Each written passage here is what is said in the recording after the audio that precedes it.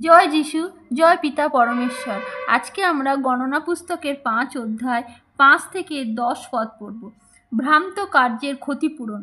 আর সদাপ্রভু মসিকে কহিলেন, তুমি ইসরায়েল সন্তানগণকে বলো, পুরুষ কিংবা স্ত্রী হোক, যখন কেউ মনুষ্যদের মধ্যে চালিত কোনো পাপ করিয়া সদাপ্রভুর কাছে সত্যলঙ্ঘন করে আর সেই প্রাণী দণ্ডনীয় হয়, তখন সে যে পাপ করিয়াছে তাহা স্বীকার করিবে ও আপন দোষপ্রযুক্ত তাহার মূল্যদ্রব্য তাহার পঞ্চমাংশের 1 অংশ অধিক যাহার বিরুদ্ধে দোষ করিয়াছে তাহাকে দিবে।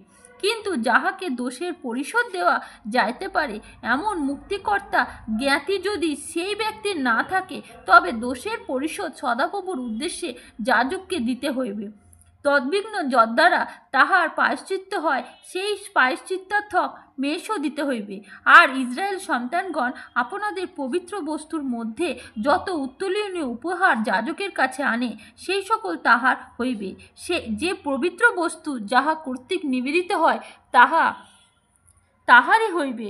কোনো ব্যক্তি যে কোনো বস্তু যাজককে দেয় তাহা তাহার হইবে। আমিন। এই ভিডিওটি লাইক ও শেয়ার করুন।